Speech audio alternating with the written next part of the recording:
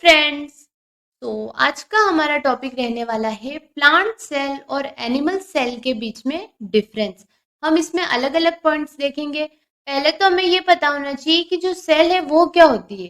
तो जो प्रत्येक सजीव होता है उसका शरीर सूक्ष्म इकाइयों से मिलकर बनता है, उसे ही सेल कहते हैं।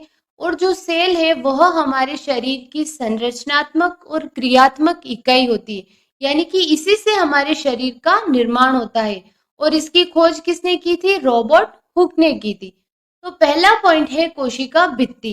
पादप कोशिका में कोशिका झिल्ली के चारों ओर सेल्यूलोज की बनी निर्जीव कोशिका भित्ति होती है, यानी कि जो प्लांट सेल है उसमें कोशिका भित्ति जो होती है वो सेल्यूलोज की बनी होती है।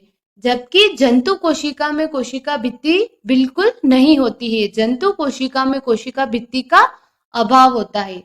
हरित लवक, दूसरा पॉइंट है हरित लवक। पादप कोशिका में प्रकाश संश्लेषी अंगक हरित लवक पाए जाते हैं, यानी कि प्लांट वो क्या होते हैं? ग्रीन होते हैं, जो प्रकाश संश्लेषण का काम करते हैं। और इनके लिए इसमें इंपॉर्टेंट इसमें क्या होते हैं? हरित लवक अंगक पाए जाते हैं, जिसके कारण क्या होता है? फोटोसिंथेसिस होता है। जबकि जंतु कोशिका में हरित लवक नहीं होता है। तीसरा पॉइंट है रिक्तिकाएं। पादप कोशिका में एक या दो बड़ी रिक्तिकाएं होती है, पाई जाती है। जबकि जंतु कोशिकाएं में रिक्तिकाएं या तो बहुत छोटी होती है या अनुपस्थित होती है। चौथा पॉइंट है तारक काय। पादप कोशिका में तारक काय अनुपस्थित होते हैं, जबकि जंतु कोशिका में तारक काय उपस्थित होते हैं। पांचवा पॉइंट है गोल्जी काय, गोल्जी बॉडी। यानी कि पादप कोशिका में गोल्जिकाएं कम विकसित होती है, बहुत कम होती है। जबकि जंतु कोशिकाएं में गोल्जिकाएं विकसित भी होती है और सक्रिय भी होती है।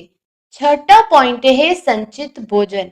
पादप कोशिका में संचित भोजन मंड स्टार्च के रूप में पाया जाता है, जबकि जंतु कोशिका में जो संचित भोजन है वो ग्लाइकोजन के रूप में पाया जाता है। ओके, इस प्रकार से हम पादप कोशिका और जंतु कोशिका के बीच अंतर को देखते हैं।